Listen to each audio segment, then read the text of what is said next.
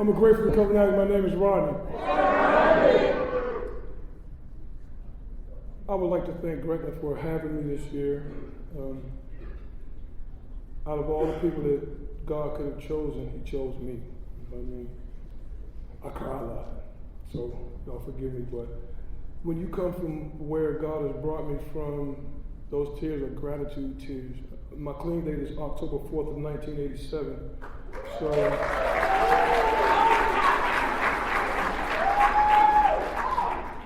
and I got high from 1968 to 1987. So I know how to get high and I know how to stay clean. I want to do something that I always do when I share. I always do a ninth step because there's a female that was in my life that I didn't get a chance to do a ninth step to. And what I say is to the sisters in Narcotics Anonymous, I apologize to you for the guy that I used to be. That's not me anymore. I will not 13-step you. I'll respect you as my sister in recovery. And to try to sleep with you would be like committing spiritual incest for me. I will not do that to you.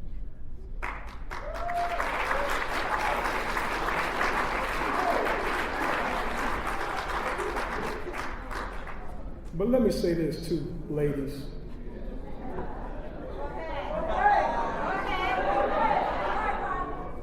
Y'all nasty too.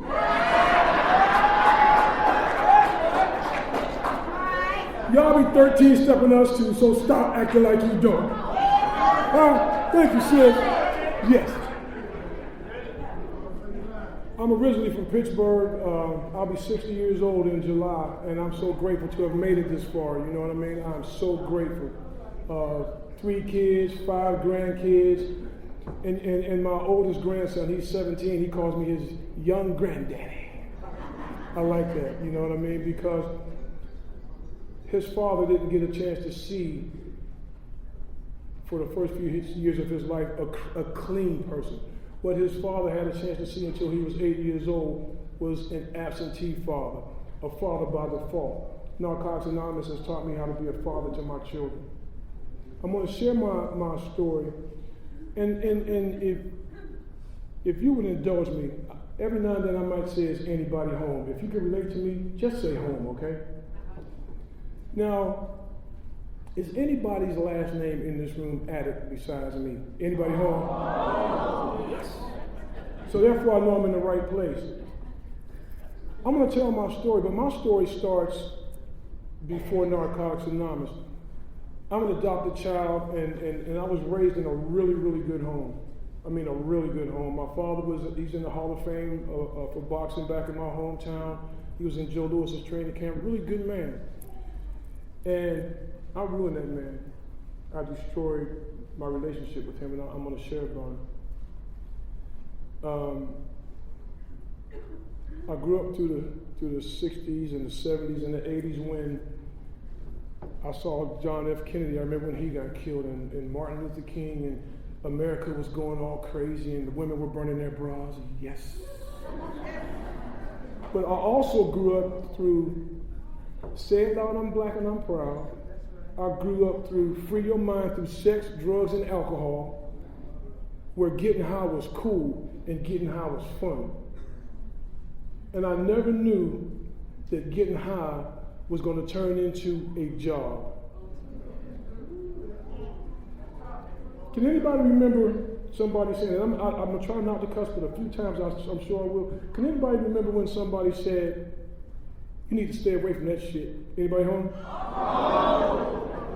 Anybody remember when somebody said, you need to leave that shit alone? Anybody home? No. Anybody not be able to get enough of that shit? Anybody home? No.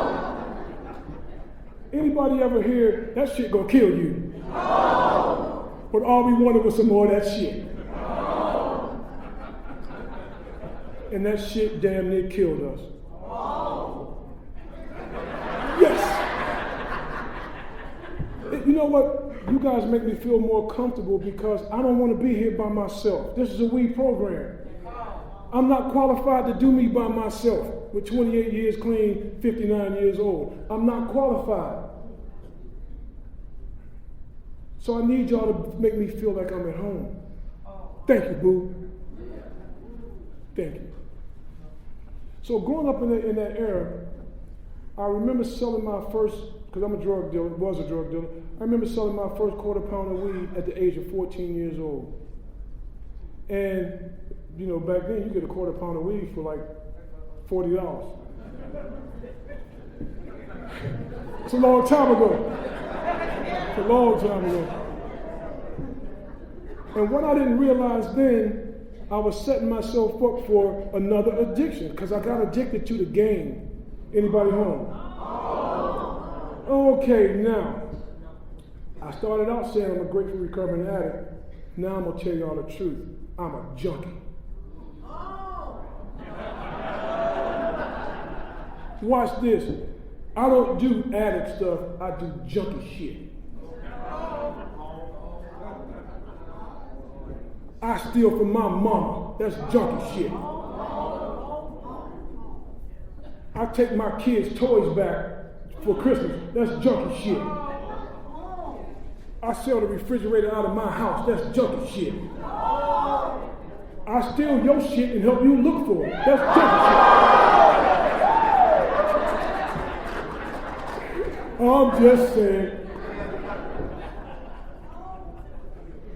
I'm a musician. I've been playing drums. This will be my 51st year of playing drums. I did my first professional gig when I was, all right, there we go.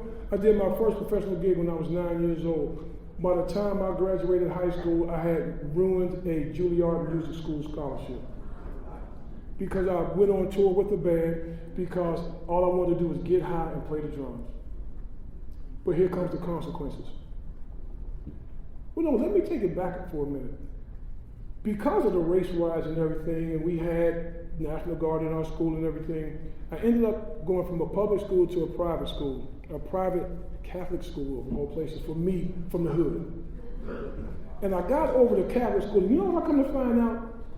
The white boys had all the good dough. Huh? All the good dough. Now here's the crazy part about it. It was 10 blacks in my school, and I was the only one that got high. So it's like, let's get the black dude high and see how he act. But watch this. Has anybody in here, now I bet I won't get a home for this one. Anybody here ever turned down any free dope? So I had all the free dope I wanted, just having to be in the right place at the wrong time, because it wasn't really the right time.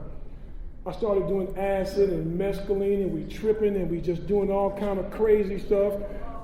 See, old school, come on, boo, I need you. We doing all these psychedelics and getting all crazy. I ended up missing over half of my senior high year in high school because I was getting high, but it was still fun. And I'll tell you why. I didn't have to pay any bills. Anybody home?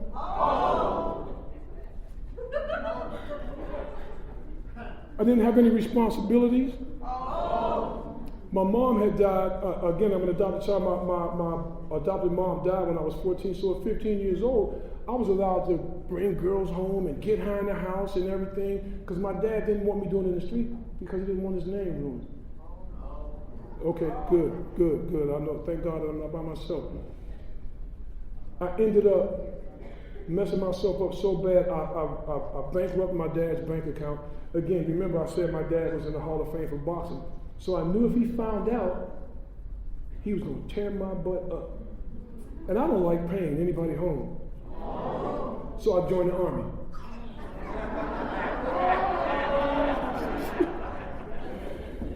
I'm running from the disease, but I don't realize I'm running from the disease. I'm just running from this thoroughbred butt whooping I knew I was going to get. Now, if you've been in the Army, you know that the Army is a breeding ground for drug addicts and alcoholics. There he is, my man. But I was so afraid to leave, I can remember getting on the airplane with a bag of weed in each one of my socks because I was scared to go anywhere not high. Anybody home? Anybody ever go somewhere and you don't know where you're going, so you're going to take a stash with you till you get to know who you need to know? Junkies. Yes. So I went to the military. I went to Germany for a couple years. And I remember getting to Germany the first day I got to Germany. Now, mind you, I can't sprechen Sie nan Deutsch, right? Home? I get to Germany, and the first night that I was in Germany, I got so high they had to pump my stomach because of the international dope fiend language. Participate with me, please, as we go through the international dope fiend language.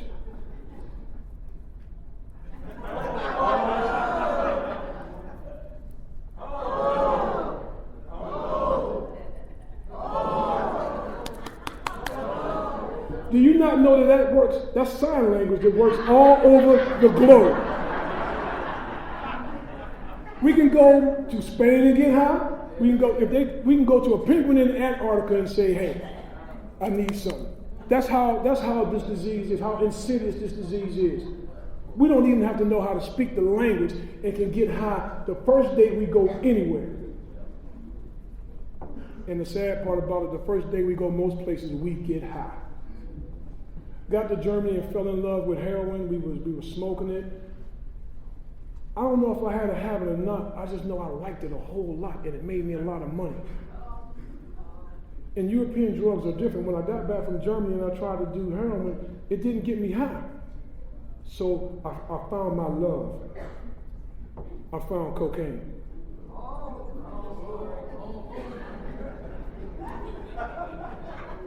I found my love and lost my life the same day. Anybody home? I found my love and I lost my life the same day. We talk about I lost my life. I'm going to show y'all where we weren't at home. We gave our lives away. Anybody home? I know exactly where my speakers are. I did not lose them. The dope man has it. I know exactly where my self-esteem was. The dope man had it. I didn't lose it. I gave it away. And here's the hit. Anybody ever, your life is so messed up, you can't stand to see yourself in the mirror. You can't stand to look at yourself in the mirror. That self-image, I can't stand to look at because what I see is Dracula. I don't see nothing. I see nothing. I see nothing. I see nothing.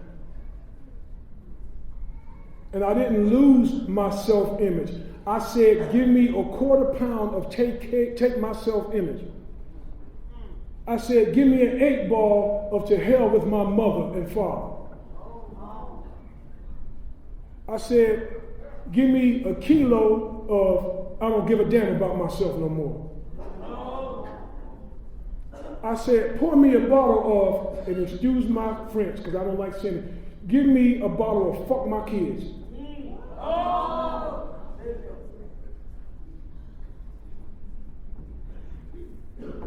That's why when we get here, we got to get serious about this thing.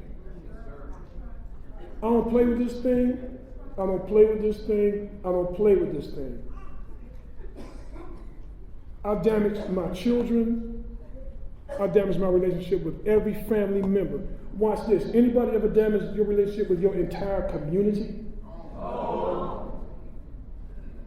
You walk through the community and people look at that like, that's a damn shame. That's a damn, that boy, that's a shame. That was me. Now, mind you, I always thought I was like kind of cool, and when I got here in 1987, I had my little greasy Jerry curl, you know what I'm saying? Anybody home? Y'all know we had Jerry curls in 87. Y'all wearing dreads, we had Jerry curls. When I got here, I thought I was kind of cool, right? But you can't be cool and spiritually dead at the same time. It just don't work. So I come here in 1987, a shell of the person that I used to be, because there was nothing inside. Actually, I came in 1986. Let me back up. I went to treatment in 86. I stayed clean for 6 months. And in those 6 months, y'all gave me something to believe in. Those were the best 6 months I had in my life. Any relapses in the house besides me? Okay, you'll understand what I'm getting ready to say. We come in here real scared. We don't know what's going on. We don't know what to say, what to do. But we see a spark in somebody else's eye. Anybody home? We see a spark in somebody else's eye. And then we hear somebody say, they used to do what we did. And we get a taste of this thing. And it starts to feel good for a while. But we ain't working on nothing. I'm at a meeting and I'm talking all this good recovery stuff. Just for today, all day today, one day at a time, we quoting the steps and parroting all of our literature and stuff. You know, we just sound real good. And ain't working on nothing. That was me for 6 months. And no, it really was. And then, anybody ever have a person put you out of the house that really ain't yours in the first place? My baby mama put me out. And I went and got high that day. Because I was scared to try to do me by myself. Remember, I told y'all before, I'm not qualified to do me by myself. I was scared to do me by myself for 6 months clean because I wasn't working on nothing. I didn't have any essence. There was nothing going on inside of me. I was just playing this role like I'm recovery man. Some of y'all in here right now, it's okay, keep coming back. It's just the truth, some people are. We don't understand the spirituality of this program here. So I ended up relapsing. And I only relapsed for 3 months, and those were the worst 3 months in my entire life, because y'all taught me something. I didn't even know it had sunk in. Anybody home? Oh. Y'all taught me something. Y'all taught me that, Rodney, you are not alone. We understand you better than your mama. Let me prove my point. How many of y'all understand if I would say I got $500 in my pocket and my stomach is rumbling? My mama would say, baby, go in the bathroom, grab your Tums, and you'll be fine. Y'all gonna tell me, get that $500 out your pocket and go sit your junky butt down somewhere at a meeting, or did you call your sponsor? Did you pray about it? What step you were? Y'all gonna tell me something, you feel me? So, when I was out there using, anybody ever use and you become the NA guru in the dope house?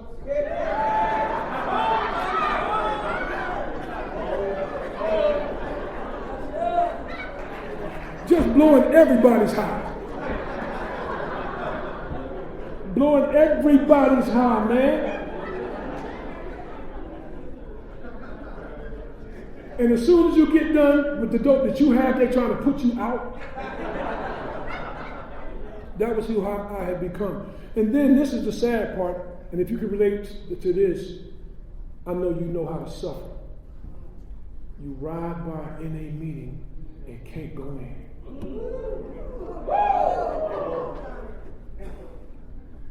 And want to go in with everything in you. I want to go in there. I want to be with those people. We're the same people you used to get high with. We just ain't getting high. Anybody home? Oh. Watch this. Let me show you something. How many of you know that 100 years from now you'll still know how to smoke some crack? How many of you know 100 years from now you will still know how to roll a joint? How many of you know 100 years from now you still will know how to hoe? I said it, hoe.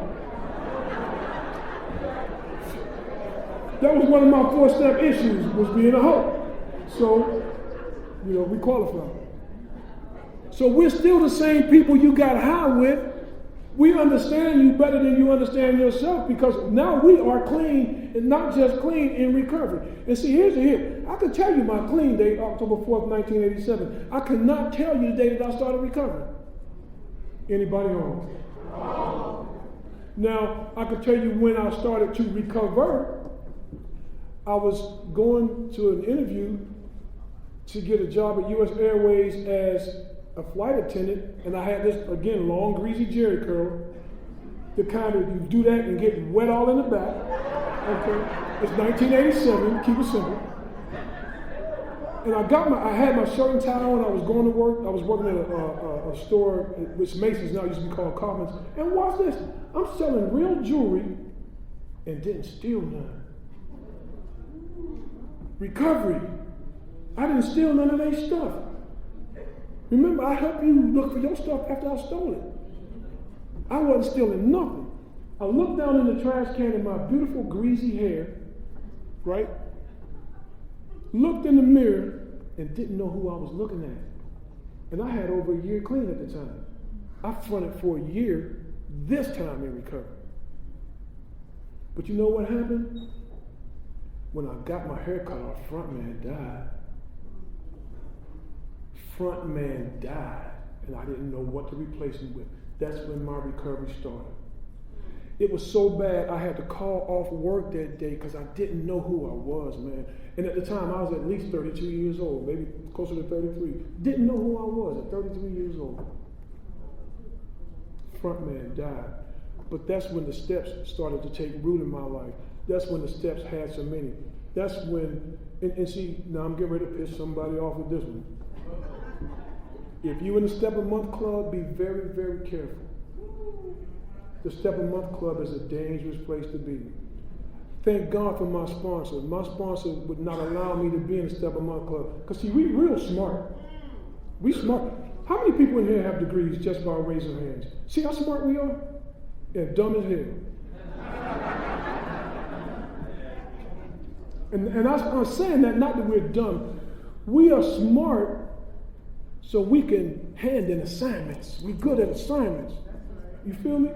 So my sponsor knew, and I got a real high IQ, so my sponsor knew we can't have him doing assignments. That can't work. And see, we didn't have the literature that you guys have today. We had the basic text, a couple IPs, and anybody remember all the sayings on the walls? Keep it simple, stupid. You know, just for today, all that good stuff. So my sponsor wouldn't let me be in the Step a Month Club. My sponsor told me, Rodney, I need you to give me 6 months of your only job is to not get high. And in those 6 months, he said, I don't want you to say nothing. Now, anybody know me know that was a hard task that I failed miserably. But I didn't say nothing for about 3 months, and it started to get good to me. Recovery really meant something this time. Because I was starting to respect, watch this, not just the fellowship, I was starting to respect the program of Narcotics Anonymous. I was starting to respect, sit down and shut up. If we need somebody to cop, we'll send you, because that's how they talked to us back then. Anybody remember that? See, I started to respect, I started to understand what they meant. I started to understand that they wanted better for me than I wanted for myself. Anybody sponsor somebody that you want better for them than they want for themselves?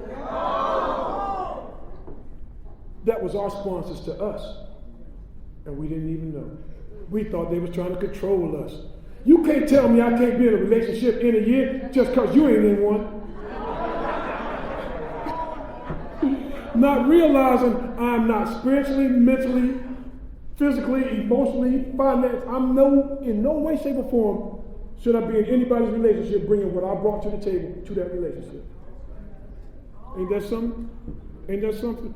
But we think I could sex my way into recovery.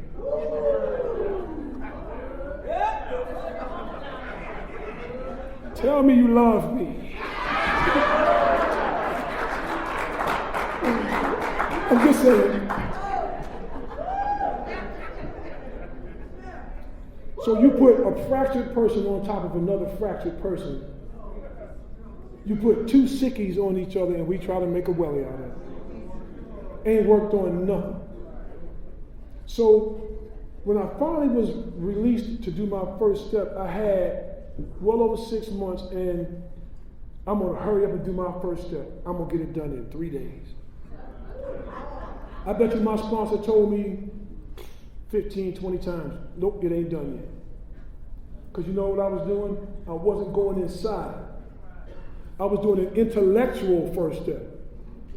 there was nothing spiritual happening. And see, by us not having the literature that you guys have today, and they do say we are more fortunate today, and you are. But I'm glad that I came through when I did. I wouldn't ever want to change it. Because my sponsor told me in my first step, all I want you to write about, now watch this, is what you did to get drugs, what you did to use drugs, and what you did to find ways and means to get more. You know, the second step says, we came to believe that the power greater than ourselves could restore us to sanity.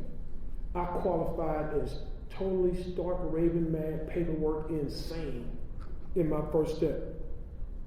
Because what we do to get drugs, what we do to use drugs, and what we do to find ways and means to get more is totally insane on a spiritual level. On a spiritual level.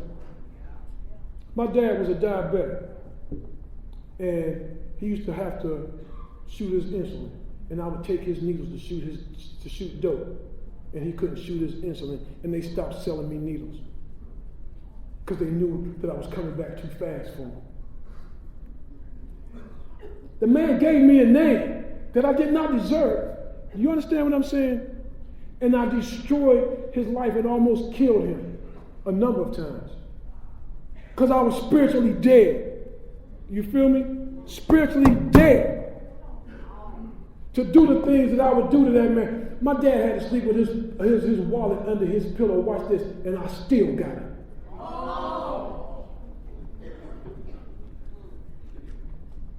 That's why this thing we call recovery means so much to me. That cat don't live in this house no more. That guy don't live there no more.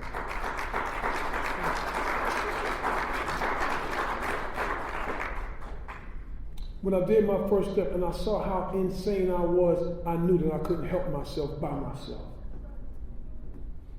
I knew that I would never be qualified to do me by myself. Let me prove my point.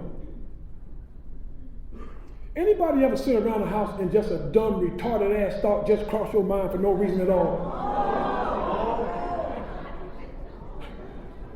I mean, everything is going good, and something says, wow, it would be nice to at least smoke a joint today.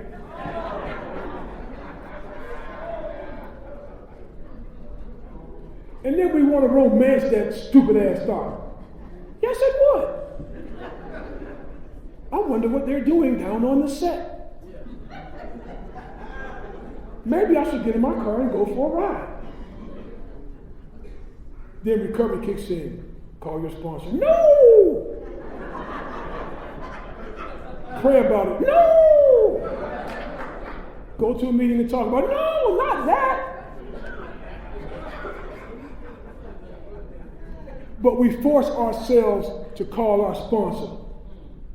Anybody ever had to force yourself to call your sponsor? No. We force ourselves to go to meetings. Anybody? Home. No. We force ourselves to pray. Anybody home? No. We force ourselves. Now I'm going to piss somebody off with this one too, that don't want to pick up that step working guy. We force ourselves to pick up that step working guy. No.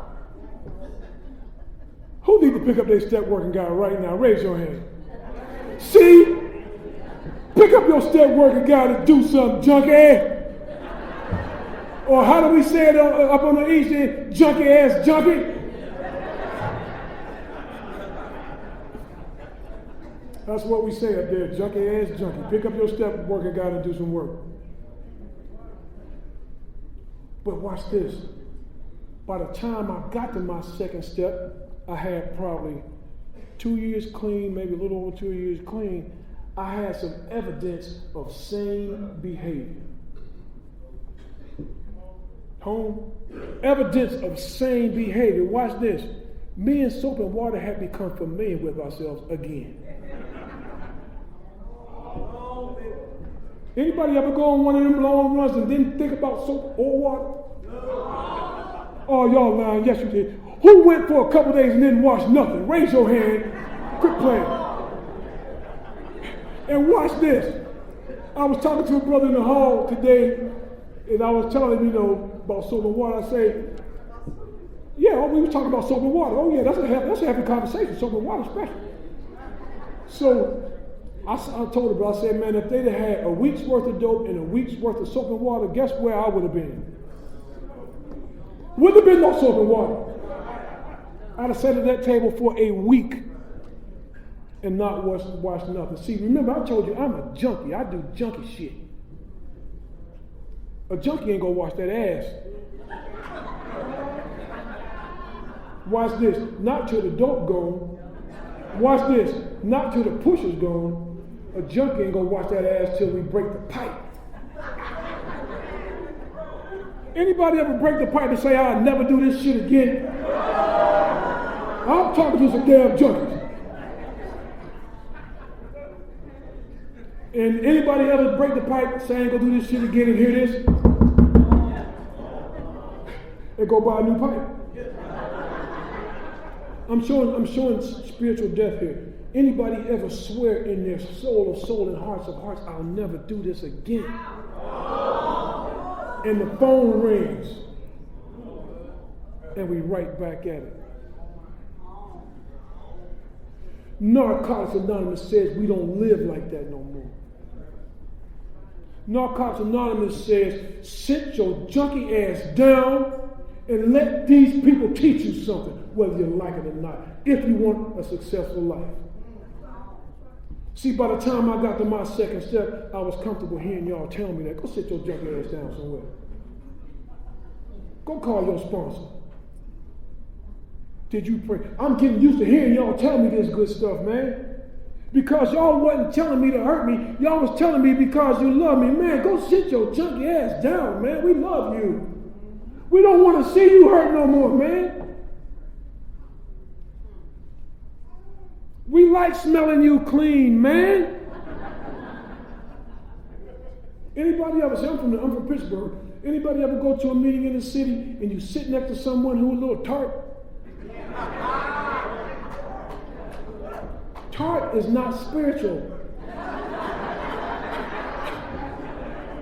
Tart ain't spiritual, ladies and gentlemen. Anybody ever sit down next to that tart person but wouldn't leave because you knew that you would have offended that person if you left because they knew they were tart? That's what we're doing here. Bring your tart ass on up in here and sit down. You know why? Because if you stay long enough, soap and water will become your friend too. See, I talk about soap and water a lot, man, because I'm one puff away from not bathing. I'm one shot away from not washing my butt, man. I'm one pill from no soap and water, man. Things that other people take for granted, we got to get reused to doing. Reused to doing it. And getting comfortable. There's a guy that I used to sponsor. The dude was used to not taking baths for a week. Do you not know we had to put him on a 2-bath-a-week regimen? He's washing every day now, though. See, that ain't funny to me. Because this brother had gotten to that place where 2 times a week was a lot to wash. Now he's washing. We do this in recovery, man. Listen, by the time I got to my second step, I had same behavior. I'm working every day. I'm a drug dealer. I don't work. Work, W-O-R-K, that's like cussing me out. I'm addicted to the game, baby. I like a pissy ass bar. Anybody home? I like a nasty skeezer. Anybody home? And y'all women like a nasty skeezer man too, because we skeezers too. Huh? I like that kind of stuff when I'm in that environment. And watch this. And I'm comfortable there. You know what I call that? Comfortable insanity. Anybody know what I'm talking about? Comfortably insane. Because watch this. I know better. I just can't help myself. It ain't that I have the understanding. I know better. Every time we did the wrong thing, we knew better. Remember, as a young kid, you young folks don't understand, but the old folks. Remember, every time our mamas and dads kicked our butt, they didn't kick us for what we didn't know. They beat our butts for what we did know. Watch this. That dope kicked our butt for what we did know, because we knew better, and we got a good ass whooping. We got a thoroughbred Kentucky Derby Triple Crown ass whooping. You understand what I'm saying? So now I'm in my second step and things are starting to shine for me again, man. Things are starting to shine. My behavior is starting to change. I'm going to my daughter's doctor's appointments with her. And I'm okay with being there. I remember I went to my daughter's first doctor's appointment. The doctor stuck her and I cried. Because I'm feeling my child now. You understand? I'm feeling my child now. I remember I paid my first phone bill. Anybody can relate to that? See, some of y'all pay bills which I do not understand. But some of y'all paid your bills. I never paid a bill. So I felt, I paid my first phone bill and I felt like super dope fiend pays his first phone bill. You understand what I'm saying? Because I'm not used to paying bills. The dope man get my money. And the dope man got your money if I could get your money from you. I can't pay bills when I get high, man. I come in here with a credit report about 2 on the high side. That many. 2. My credit report is off the chain now. Because y'all know what y'all taught me? Credit is important. Duh. Y'all taught me that credit is important. Y'all taught me, Rodney, pay your bills, man. Y'all gave me something that I never had before. Y'all gave me the ability to do things that I never thought I could do. So it got so good to me, and y'all were the power greater than myself, because I really wasn't down with God, because the God that I knew about was Mama God, anybody home? Grandma's God, anybody home? Church's God, anybody home? All them other folks' God. I never had a relationship for myself. So y'all were my high power. Y'all were a power greater than myself that steered me right to the God that I was scared of. Because see, my God was a fire and brimstone breathing dragon that was ready to bust me to hell with gasoline draws for every bad thought that I had. Anybody home? Y'all told me, get one that loves you. Get one that's caring. Get one that's kind. Get one that's forgiving. Get one that'll roll with you when you can't roll with yourself. I got one. I got one. Oh, I got one. Yes, I did. I got one. And trust me, I roll with him every day, and he roll with me every day. Yes, yes. I got one that I pray to in my car. I got one that we pray to. Before I came down, I called my boys together. We went upstairs in my room. We got on the floor. And we cried and we prayed and we prayed and we cried and we cried and we prayed. Because see, the soldiers that I roll with, we don't mind going to God. Because I roll with soldiers. If you ain't a soldier, please stay away from me. Because I got issues that will run you over if they get let loose. Hello? I need soldiers. And my soldiers got up there. And watch this. White boys. 3 white boys and me. You know why? Age. Bam. Race. They got up in that room and we got on our knees and we prayed. We prayed and we cried. We prayed. Because I needed my help. And my boys came through. My boys came through for me. Then my brother came in and we prayed again. Then we got a chance to pray for somebody else. We got a chance to pray for somebody else. Home. That's what recovery does for us. I got to that 3rd step and I got a God. And my God said, Rod, you ain't got nothing to be scared of because I got you, baby boy. I got you. I got you. And I got a bunch of junkies that got you. And they're going to show you how to work with me. They're going to show you how to do the things that when you went to them other places, couldn't tell you how to do. Watch this. They could tell you how to do it. They couldn't show you how to do it. They held my hand and showed me about the God of my understanding today. And I come to find out that my God loved me so much, it's just crazy. It's crazy. It's insane, the love that my God has for me. To take a junkie that wasn't worth nothing and take me to Africa to play my drums on his behalf twice. You know what?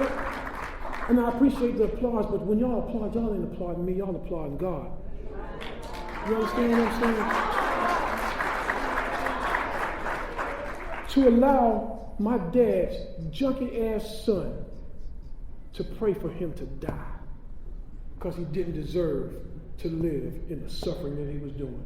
And I prayed for my father to die after having to get his leg amputated. I prayed for my father to die, the most selfish thing I've ever done in my life, and it hurt like nothing I've ever felt before in my life.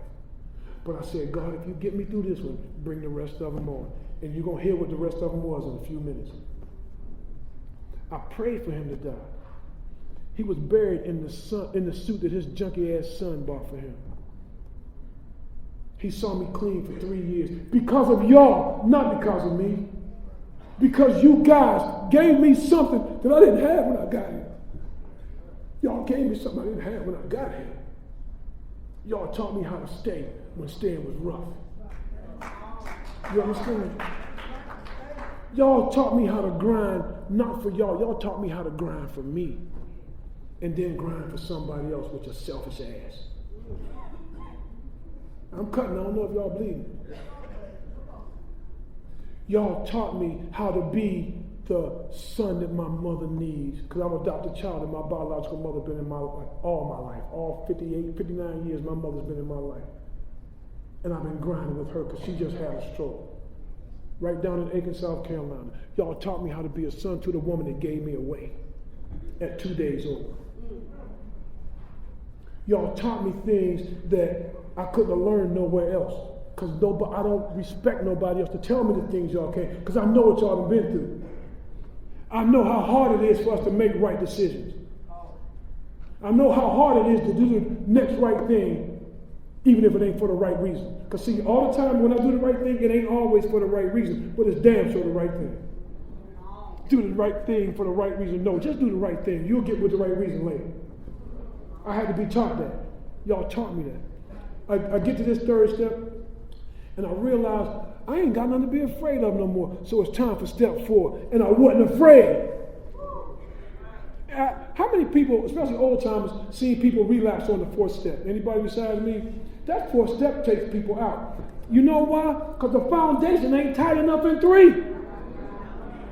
When I see a guy struggling in his 4th step, I tell him, man, look, back off. Go back to 3 and get yourself together. Because my God, this is what God showed me in my 4th step. He said, Rodney, I'm not giving you this 4th step to harm you. I'm giving you this 4th step so you can see what you need to work on. Ain't nothing wrong with having something to work on. Dig this. That's the only step we have that deals with assets. When I sponsor guys, we don't do the liabilities first. We deal with assets. Show me what you're working with. Have some assets. That way you don't have to be afraid of your liabilities. And by doing so, I haven't had a guy yet relapse in the 4th step. Not one. Because we need to see that I am still valuable. Anybody in here with less than a week clean? Anybody please raise your hand?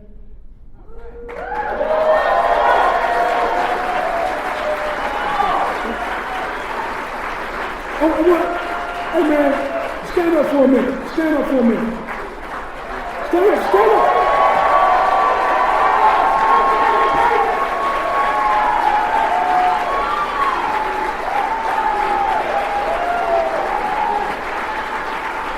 Stand your joke ass up. I ain't done. Stand up.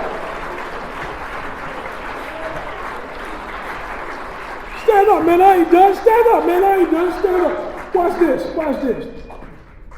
You 4 people come in with so much value that you don't even understand. Let me prove my point. I ain't been high 28 years, right? Y'all just told me, sit your junky ass down, Rodney. Y'all told me you better stay here. Y'all told me that without these people, I am nothing. You come in here with value, man. This is the only place you come off the set and have some value, man. Straight off the set. You're the most important person here because I forgot what it's like, man. Bless me by staying. Help me to stay. I need y'all, man. I need y'all.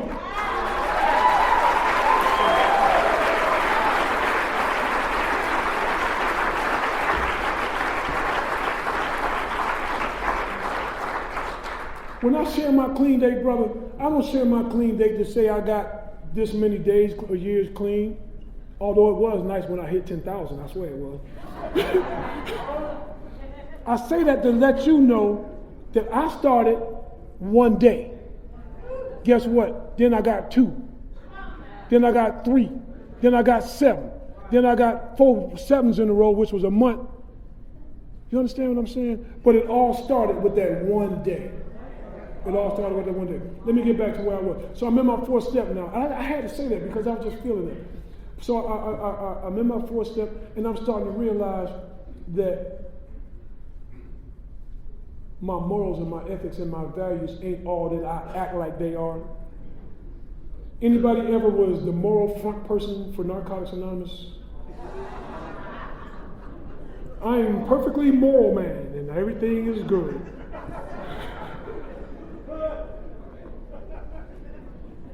And when I did my 4th step, you know what I saw? Watch this. I saw a person that was getting better that was still flawed. Ain't that something? I'm getting better, but I still got issues I need to work on. So the 5th step, I ended up making myself accountable, watch this, to my sponsor. Oh, and FYI, I got the same sponsor that I had when I came in December of 1986. He's still my same sponsor today. And that man knows everything about me. Everything. He knows everything about me. You know why? I need to be held accountable by somebody because I will BS myself. I will serve me some bullshit on a silver platter. Anybody home? But because he knows me, and when I call him talking crazy, it's like, well, you can't serve me that bullshit. And he's going to help me not to have to eat my own bullshit. That might sound crazy, but y'all know exactly what I'm talking about. So when I made myself accountable and liable to my sponsor in 5, you ever get so sick of yourself that you sick of yourself? Seriously, you ever get... I am so sick of me that I am sick of me. I am entirely ready to get me off my own ass.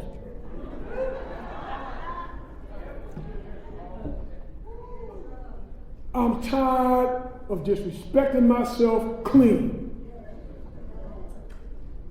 I'm in this toxic relationship that I should have put an expiration date on 4-5 years ago. Oh, I'm busting somebody in their head right now. I know I am. Yes, I am. I should have put an expiration date on it. You ever notice when meat go bad after the expiration date, it stink? Y'all in these nasty, stinky relationships that you should have been gone. And you're sick and tired of yourself for allowing yourself to be in it, but because of not doing certain earlier step work, your self-esteem can't leave yet.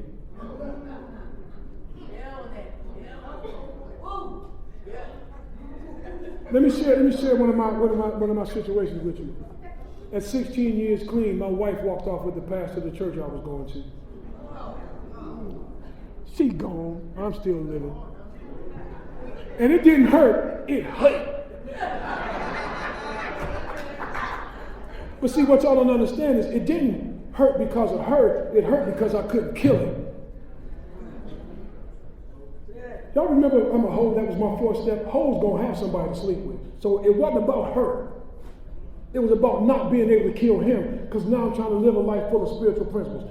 Let me tell you what one of you Pittsburgh junkies told me to do. Told me rather. He said, well, you know, Rodney, homicide is not a spiritual principle.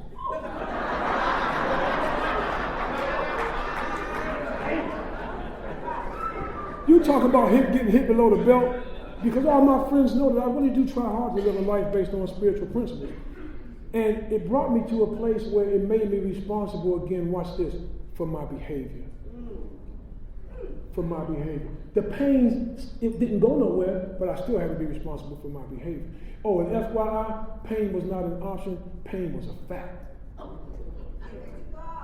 I did, boo. Please believe that, because he's the only one that could have gotten me out. And you know, God in his ultimate sense of humor, because he must be sitting wherever he's at just laughing, talking about, oh, I got one for him now. You know what God did? He had everybody with relationship problems calling me. I'm talking about cats from Ohio. I got friends in California that was having relationship problems. But here's the cool part about that. He forced my hand. He made me do what I was telling them they needed to do. Because I don't believe in being a hypocrite. That's not my thing. And I don't believe in talking something that I'm not walking. We share experience, strength, and hope, not theories, concepts, and ideas. You understand what I'm saying? So I had to walk that thing out. And the more that I talk to them, the stronger I got. Ain't that something? While I'm going through. So in the next relationship, I got 3 marriages. I call them 1, 2, and 3. So number three was actually, 4 coming, baby, 4 coming. I'm gonna keep doing it until I get it right. But number 3, we broke up because I gave her an expiration date. Because for the first 4 years we were doing real well. We got married, and the last 2 years was horrible. And because after the first year it was so bad, I had enough, watch this, self-worth. Self-worth. I had enough value, spiritual value, that I gave her an expiration date. You got 1 year to learn how to talk to me again. And we went to counseling, and I did my part. I held up my part of the deal. I was not going to abandon her because my little sissy-ass feelings was hurt. I said it. So we went to counseling. We did what we had to do, but she kept talking to me like that, and the expiration date came. But a month before the expiration date came, because I knew it was going to take longer than a month for her to change, I found me an apartment. I did what I needed to do to maintain myself. Because y'all gave me something that I didn't have. Y'all gave me self-esteem. You will not treat me like anything anymore. Here's the cool part about that, though. Oh, that's for real. Oh, that's for real. Here's the cool part about it, though. She was just being the best she could. And my thing was, her best was not enough for me. Because her best tried to destroy me and my positive self-image. So I'm like, boo, if this is the best you got, I ain't mad at you. We didn't leave mad. Well, I didn't. I wasn't mad. I wasn't upset. It was, I got to go. Watch this. Sex better than any sex I ever had in my entire life.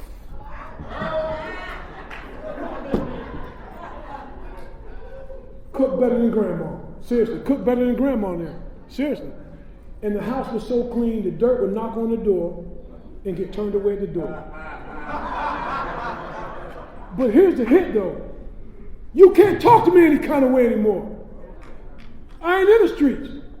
You can't talk to me like I'm some kind of street dude, because I'm not. I have a positive image of myself that y'all taught me how to have. I didn't come here with that. I didn't work as hard as I worked to let somebody talk to me any kind of way. And I'm not, because y'all gave me that. I value that. I work hard to maintain a level of self-respect. And my thing is, you don't have to respect me. It's okay. I respect me enough to get the hell away from you, though. I respect me enough to get away from you. And watch this, and I ain't mad at you. I'm going to pray for you as I'm walking out the door. Because see, if I'm praying for you, I ain't talking about you. My motto is this: if I can't help you, I'm not going to hurt you. I'm going to stay away from you, and I'm going to pray for you. Because if I'm praying for you, I'm not talking about you. I find myself every now and then, y'all know how we get when people come back off relapse. That's a damn shame.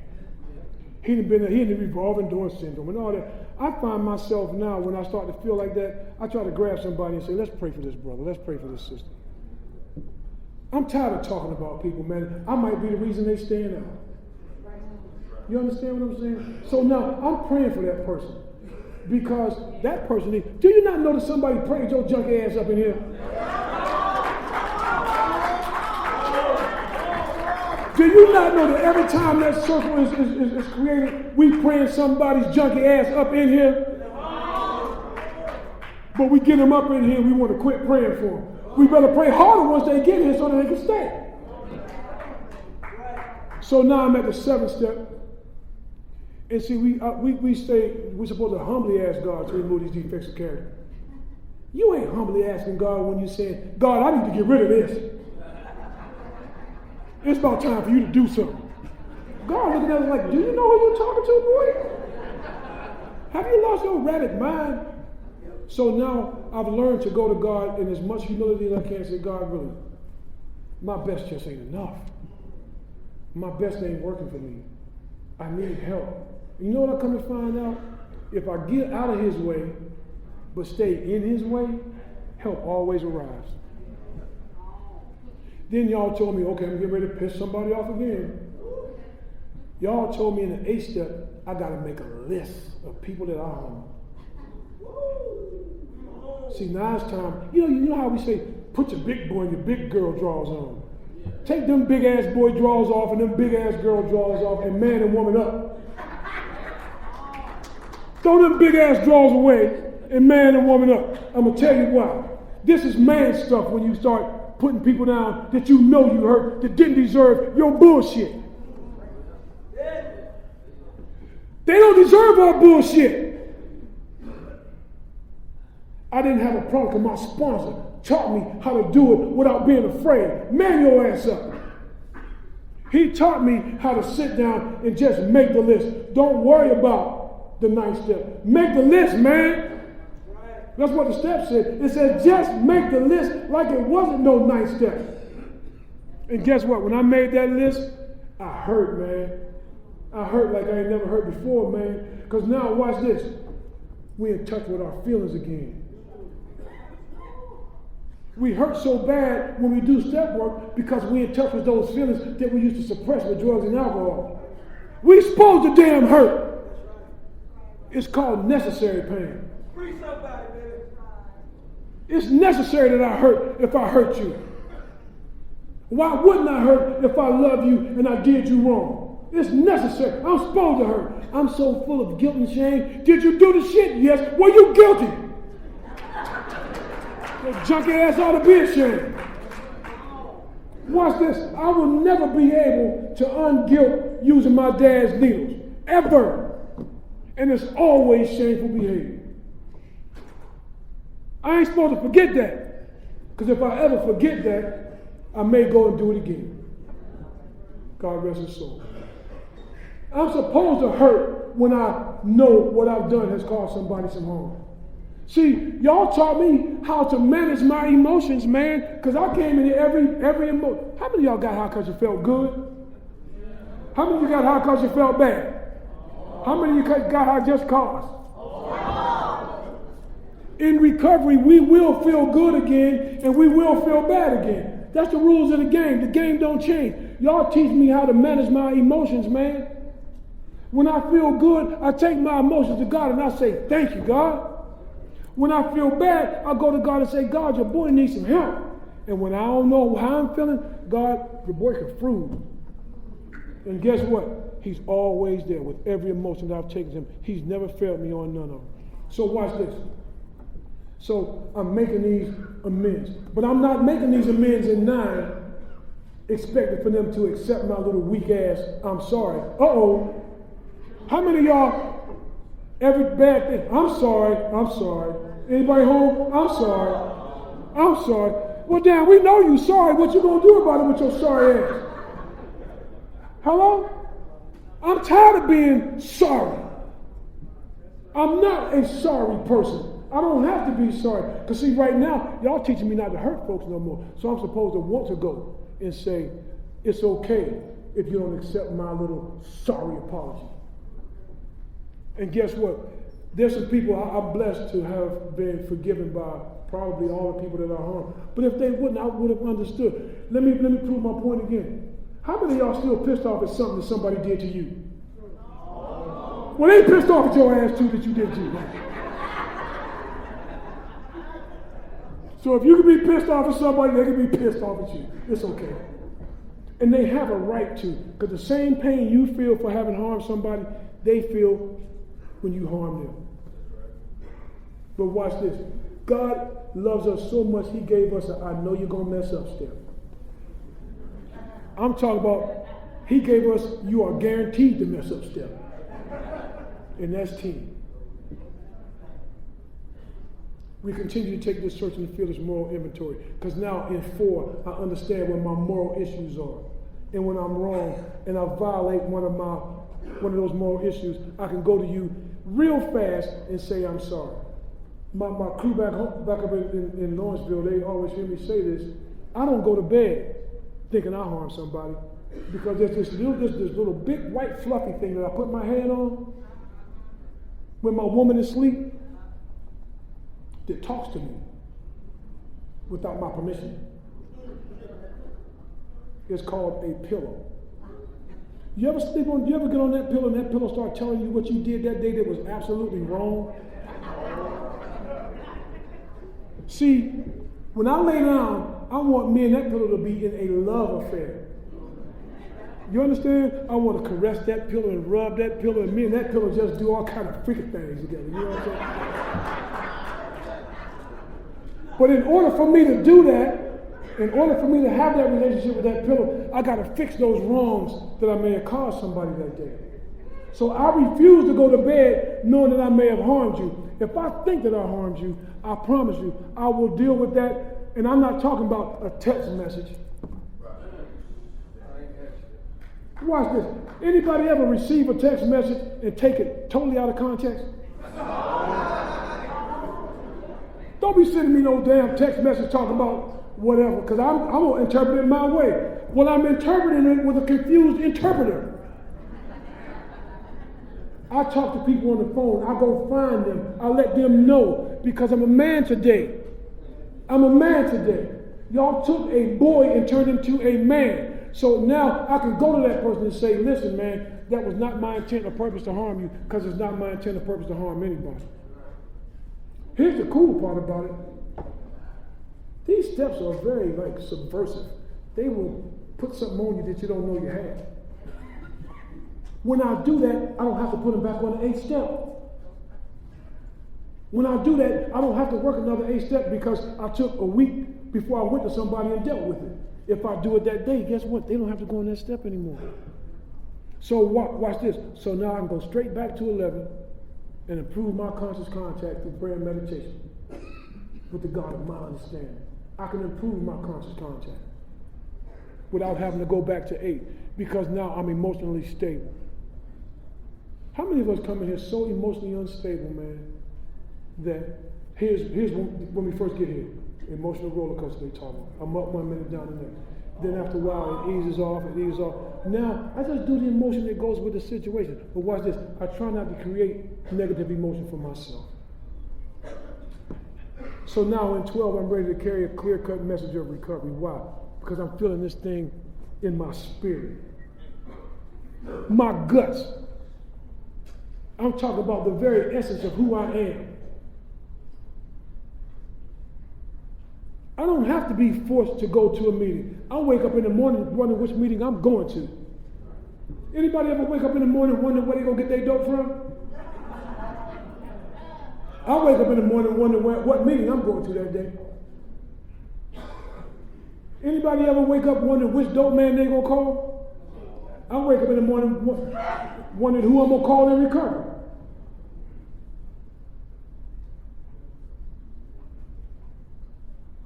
I'm so afraid of me without y'all. The only thing that I'm afraid of in my life is me, because I know how to self-sabotage. And here's the blessing. God is like, well, Rodney, why would you be afraid of yourself when I've given you this? I don't have to fear me anymore, man. I met George last year, like he said. When I see George, I light up. And George is just as country as they come. Yeah. Big old country, just country ass George. And when I hug George, I hug him so hard, I know he'd be saying, would you let me go, man? No, George, I'm hugging you because I love you, man. I hug George so hard, man. I hug everybody hard. Let me tell you why. I'm going to sit down in a minute. Let me tell you why I hug people so hard. When I was going through the pastor of that church walking off with my wife, I didn't need to be burnt.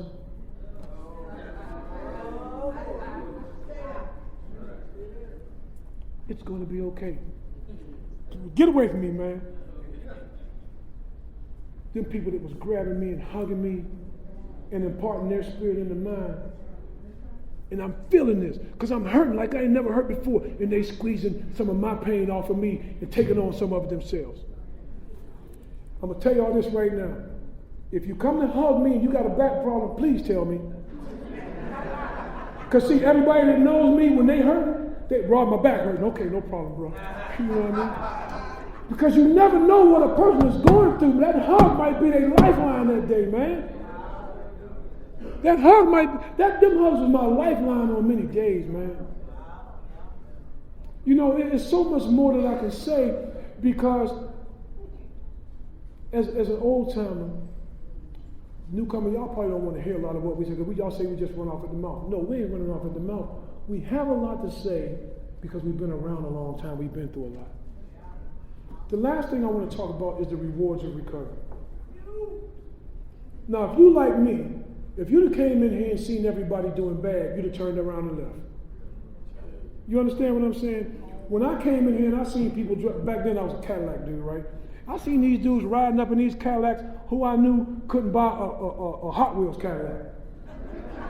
They riding in brand new ones, right? They running around in nice shoes and suits and smiling.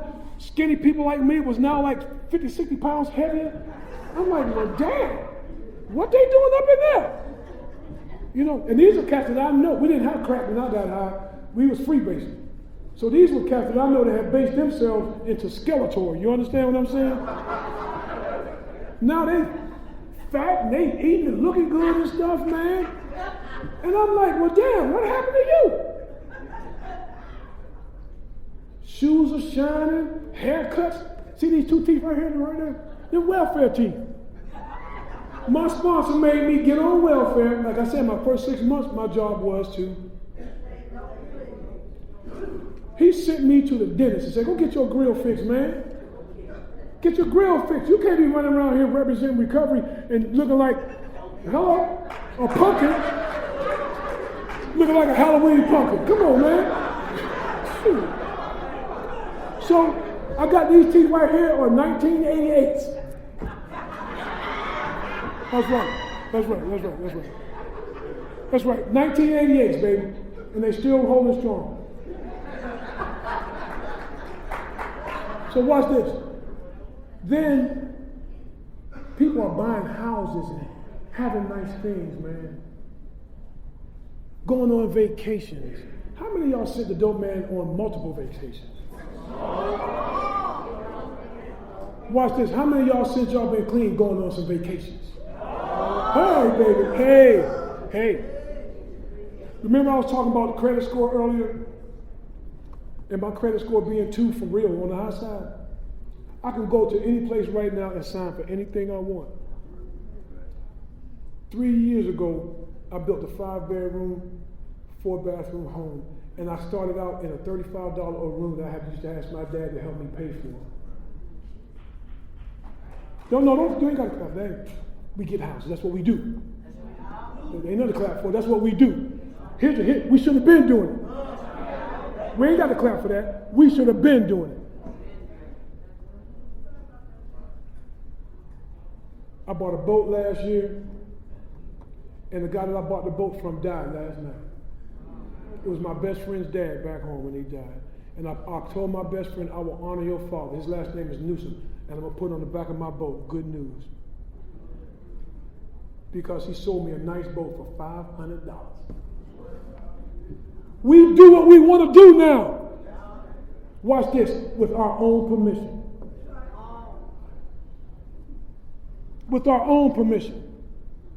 I do service work. I go to the jail every week. I get so much joy out of going to that jail, man. Last week, I went to the jail and walked out of the jail crying in front of the inmates. Let me tell you why. We did a topic that was talking about some of the things that we might have to go through in recovery or whatever. And every one of the things that they talked about, I had gone through it. I'm not talking about some of them. Every single thing they talked about, I went through and made it through because of y'all. Because of you, and I don't even know half of y'all in here. And I cried. And I cried hard. I got home and I'm crying. My girl like, what's wrong with you? You just don't understand, boo. You just don't understand. You don't understand what it's like to have nothing. And you look around and like, God, I ain't even worthy. I don't deserve this. But you love me enough to say, I got you, Lord. I got you. To know you ain't worthy. But for his love. Because see, ain't no grace and mercy without love and forgiveness first. But because he loves us enough, he says, go to the ones who understand me on a different level. Go to them dope fiends. Go to the ones who can teach you to respect the things that I'm trying to teach you to respect. Because see, once I take away the obsession and compulsion to use, I ain't doing nothing else. It's on you. The only two things that my God has had to do for me since I got here was take away the obsession and compulsion to use. I thought it was a lot more, but when I learned that, he come to show me this, and I'm going to sit down. He said, when you was on your knees looking for stuff that you know you didn't drop,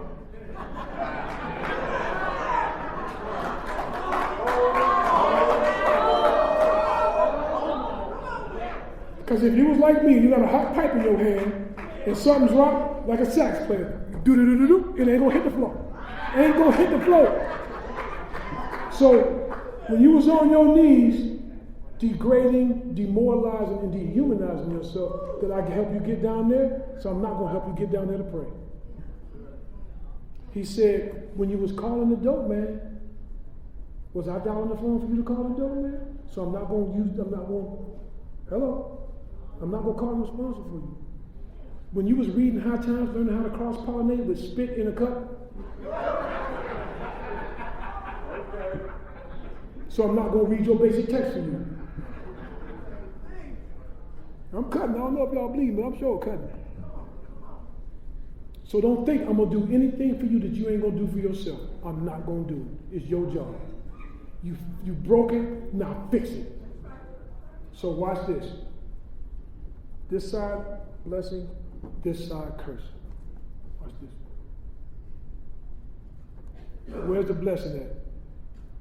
Crack house, base house, a shooting gallery, or me? Where's the blessing at? On your knees looking for something that you didn't drop, or doing some other ungodly things, or on your knees praying? Where's the blessing at? Calling the dope man, calling the sponsor, where your blessing at? Reading High Times or whatever else we used to do, learning how to cook up, what's that stuff y'all smoking these days? Ice or whatever. Or over here doing step work. And then where's the blessing at? So if you want to be blessed, watch this. Position yourself for the blessing. Thanks, y'all.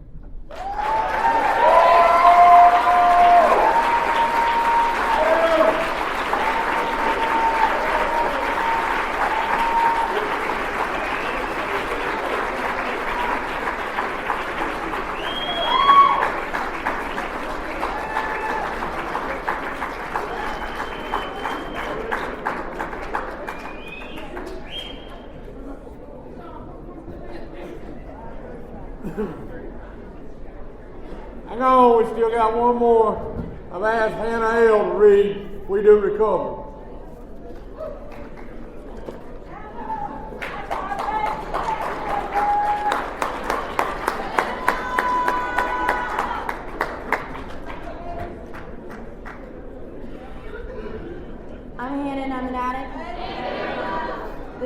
recover.